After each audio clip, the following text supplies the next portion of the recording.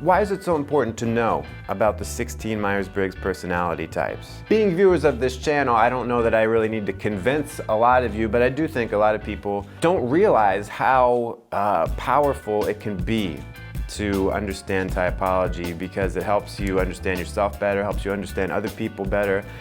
It can even help you kind of predict what you and other people might do without even realizing it. And if by the end of this video you are not convinced that it is important to know about personality types, you are wrong. Okay, let's talk about the common objections to personality typing, specifically Myers-Briggs, because I think you have to get past those first before you can really get into the meat and potatoes of what it is. And the most common objections that I hear, which have some truth to them. Like, let's be real, it's not like they're just totally out of left field. The biggest one is that it's just a horoscope. Like, it could apply to anybody. And yeah, honestly, if you read some of the descriptions of the types on certain sites, every type could apply to everyone in some way. Part of it is just the nature of Myers-Briggs, is that it's not really trying to describe every single thing about every single person. And of course, we know that there's more than 16 kinds of people. Like, we've met more than 16 different personalities out there in the world, because talking about the 16 personalities and type is not describing every single facet about a human being. People are complex, there's a lot more to it. You have to realize what Myers-Briggs is trying to say and what it's not trying to say. So yeah, it can, at first, maybe can seem a little vague, but once you start to really get into the nuts and bolts of what it's really looking at and get beyond like the stereotypes. You know, the stereotypes I like to play with in my comedy sketches, but you know, oh, you're an ISFP, so you like to do art and stuff, or oh, you're an ENTP and you like to debate. Sure, those are the stereotypes, but most people do not fit the stereotypes of the 16 personalities. Occasionally you will see some people where you're like, yes, that right there, that is a stereotypical INTJ. But not every INTJ you meet is going to fit that stereotype, and that's one of the first things you have to realize. This isn't like some kind of like magic, obvious thing, right? It takes a little bit more thought and attention, and paying attention to what people say and a bit of what they're giving away with their behaviors about what they prefer, because that's what personality typing is talking about. How do you prefer to see the world? How do you prefer to make decisions? And I've made videos on that. The playlist is above my head. You can click on that, get caught up. Now, the second thing, which I think is very interesting and has less to do with the system itself and more about human nature, is that it's very limiting. That typology limits people, because if I tell you you're an ESFP, and you get really attached to that description and certain elements of that type, and you really like own it, and it becomes part of your identity, that's gonna like hurt you in the long run.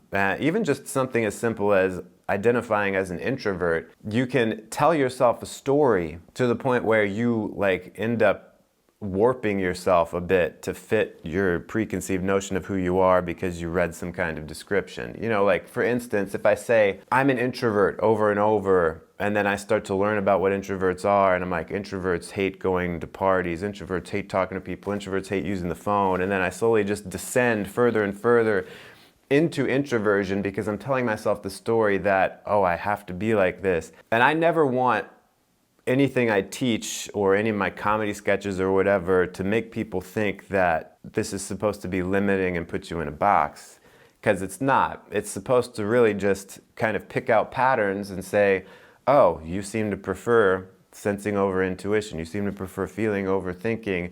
Doesn't mean you can't do the other things, doesn't mean you can't learn to use those other functions or other preferences. It just means that this is what I see as what you prefer. This isn't about limiting you. Now we're going to get into the really useful stuff about why it's so important to learn about personality types. But before we do that, let's support this channel with a quick commercial break. If you're enjoying this video, do a backflip out the window, or you could just hit the like button.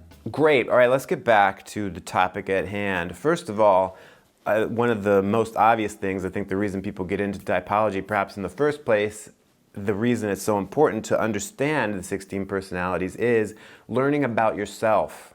And I think that, isn't that why you got into it? That's why I got into it, because you discover there are these types. Oh my gosh, I'm a type. So now I can figure out what have I been doing that is typical, that is something that someone else has identified there's a pattern.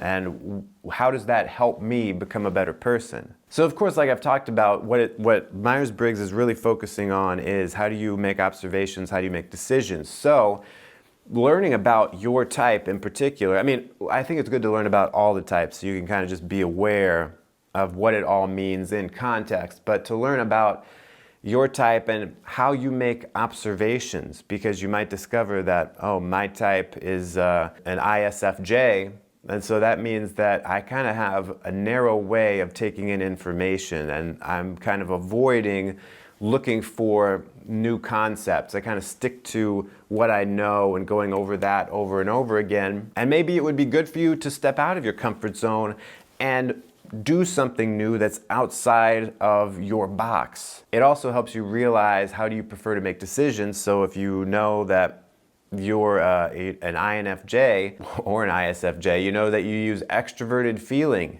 to make decisions, which means that you're kind of looking out at everyone else to see how does everyone else judge this to be good or bad? What does everyone else place as the value on whatever I'm doing? And so then you can realize, oh, maybe sometimes I need to focus more on myself and what I think is right and follow my own inner guidance a bit more. And then you may find that you have recurring issues in life. We all will have this from time to time where it's like, why does this keep happening to me? Every once in a while, every few months or once a year or whatever, I have this same issue. I have this same conflict with people. I have this same thing where I get overwhelmed with work that I left to the last second or whatever. And you can start to find out that, oh, this is being caused by something in my personality, some of the imbalances that I have. And specifically, that's why it's important to look at what the inferior function of your personality type is. And that's really a great thing to know so that you can be like, okay, I usually am avoiding this one thing over here and that causes all the problems, so now I need to step into that and embrace my inferior function. It will help you a lot. Once you kind of get that down, then understanding others, to me, is even more helpful, because that's where it comes into play, knowing all of the types, understanding how it all works. And it's basically the same thing. How are other people making observations? How are other people making decisions? So what I have found is that understanding typology has made me much more patient and compassionate for other people, because I realize now they're not just weird, although I still am like, wow, that person's a weirdo. But now I can be like, oh, I see that they are acting this way probably because they are this type or this temperament. This is an EJ, so they're going to be, freaking out about this thing. Or this is a EP, so they're going to be freaking out about this. You can check out the video I did last week about the 4 temperaments in the card above my head. So it's a good way of just quickly understanding 4 basic types of people within the 16 personalities. And just that alone can be very useful for understanding others and feeling compassionate. Then you can be like, oh, okay, I have a little bit more patience for them because their type is, screwing them over right now. The defaults and the preferences of their type are making them act like a weirdo right now. And it helps a lot to just know that going into it. Also, it can help you communicate with other people, because if you can kind of identify, especially when it comes to feeling versus thinking, if you can identify, I'm talking to a thinker right now, you'll know then that it might be a little bit easier for you to communicate if you can then stop talking about feelings and start talking about reasons, start talking about how we can make something work. Of course, the way I'm talking about this, it's like just accommodate everyone around you. I'm just saying it's good to know. It helps you communicate with them. You can take it or leave it, But sometimes when you can't get through to someone or you can't understand them, at least now you can think about it and understand what the dynamic at play is. Or the dynamic could just be one or both of you are stupid. That's always a possibility. And if you really know someone's type, if you get really good at it, and I'm not even really good at it at this point, but once you get to that elite level, you can sort of predict what people will do, especially if they seem to always have a lot of issues, the same issues over and over again, because like I said before, type is what causes these imbalances, which cause the problems. So you can be like, well, Sally always ends up getting to a big, huge argument with everyone and burning down everything all around them, you know, once or twice a year. So I can expect that to probably happen soon. Oh, I see it coming. Here it comes. Boom.